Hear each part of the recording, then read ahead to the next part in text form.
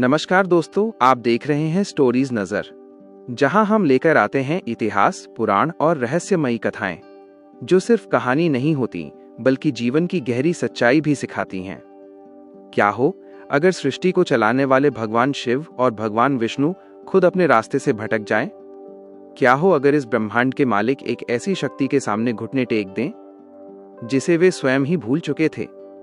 आज हम देवी भागवत पुराण के 7वें स्कंद के उन रहस्यमयी पन्नों को खोलने जा रहे हैं, जहां छिपा है वो सच जिसने त्रिदेवों के अहंकार को एक पल में चकनाचूर कर दिया। तो तैयार हो जाइए एक ऐसी यात्रा के लिए जो आपको सृष्टि के उस छोर तक ले जाएगी जहां समय भी ठहर जाता है, क्योंकि ये कहानी माया की नहीं बल्कि महामाया की है। यह बात सृष्टि के प्रारंभ की है।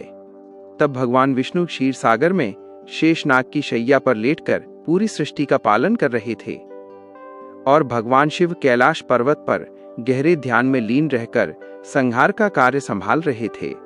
दोनों को अपनी अपनी शक्तियों का पूरा ज्ञान था, लेकिन धीरे धीरे यह ज्ञान एक मौन अहंकार में बदलने लगा। उन्हें लगने लगा कि ये पूरी सृष्टि सिर्फ उनके कारण चल रही है। वे यह भूल रहे थे कि उनकी अपनी शक्तियां भी किसी और परम स्रोत से आती हैं। अहंकार बड़े बड़े ज्ञानी लोगों को भी रास्ते से भटका देता है, और अब ये सृष्टि के इन दो महान स्तंभों को अपनी चपेट में लेने लगा था। ये सब देख रही थीं स्वयं आदिशक्ति। जब देवी ने देखा कि उनके ही दो प्रिय स्वरूप अहंकार के जाल में उलझ रहे हैं, तो उन्होंने एक दिव्य लीला रचने का निर्णय लिया। यह लीला उनके अहंकार को तोड़ने और उन्हें असली सत्य का ज्ञान कराने के लिए जरूरी थी। देवी ने अपनी योगमाया को जगाया, एक ऐसी माया जिसे पार करना किसी के बस में नहीं। इस लीला की शुरुआत हुई क्षीर सागर से। अचानक भगवान विष्णु को अपने अंदर एक अजीब सा खालीपन महसूस होने लगा। उनका करोड़ों सूर्यों जैसा तेज फीका पड़ने लगा। जिन भुजाओं से वे ब्रह्मांड को थामे हुए थे, उनमें अब बल नहीं रहा। उनका सुदर्शन चक्र, जो एक इशारे पर सृष्टि में हलचल मचा सकता था, अब बस एक साधारण धातु का चक्र लग रहा था। वहीं दूर कैलाश पर्वत पर महायोगी भगवान शिव का ध्यान अचानक टूट गया। उनका तीसरा नेत्र, जिसमें प्रलय की अग्नि थी, मानो बुझ सा गया। उनका त्रिशूल भारी बोझ लगने लगा। आज सृष्टि के पालक और संहारक दोनों ही शक्तिहीन हो चुके थे। ये देखकर ब्रह्मा और बाकी देवता घबरा गए। तभी एक दिव्य आकाशवाणी गूंजी, यदि तुम अपनी शक्तियों का रहस्य जानना चाहते हो तो उस परम धाम की यात्रा करो जो सभी लोगों से परे है। उस धाम का नाम है मणिद्वीप, जहां स्वयं आदिशक्ति निवास करती हैं।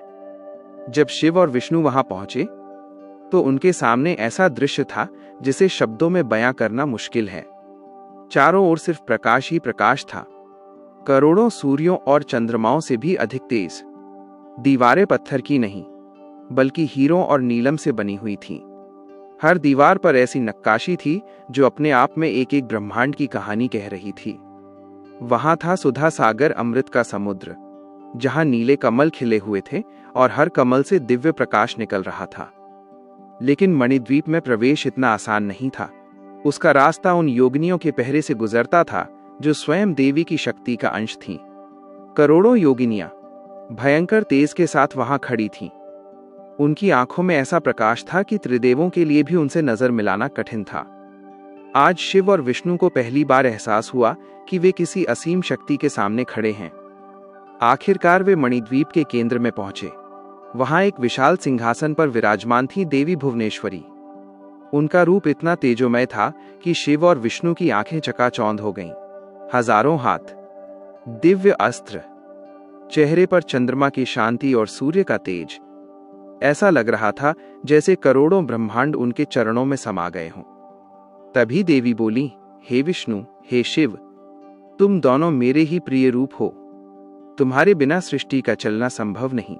लेकिन तुम ये भूल गए कि जिस शक्ति से तुम ये सब करते हो उसका स्रोत मैं हूं। मैं ही वो पराशक्ति हूं जो ब्रह्मा को सृजन की, विष्णु को पालन की और शिव को संहार की शक्ति देती हूं। ये सुनते ही दोनों देवताओं का अहंकार चकनाचूर हो गया। उनकी आंखों से पश्चाताप के आंसू बहने लगे। उन्होंने हाथ जोड़कर कहा, हे मां जगदम्बे, हम अज्ञान के कारण अहंकार में खो गए थे। आप ही परम सत्य हैं। देवी मुस्कुराई और अपनी माया वापस ले ली। उसी पल शिव और विष्णु की सारी शक्तियां लौट आईं।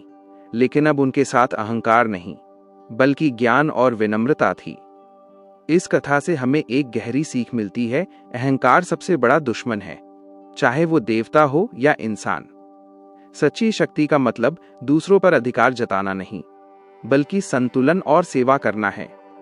हम सब उसी परम शक्ति का एक अंश हैं, और उस परम सत्य तक पहुंचने का रास्ता है विनम्रता। अगर आपको माँ भगवती की ये अद्भुत लीला पसंद आई हो तो वीडियो को लाइक जरूर करें, और ऐसी ही रहस्यमयी पौराणिक कथाओं के लिए स्टोरीज नजर को सब्सक्राइब करना बिल्कुल मत भूलिए। साथ ही कमेंट में जरूर बताइए आप अगली वीडियो में आदिशक्ति की कौन सी लीला सुनना चाहेंगे।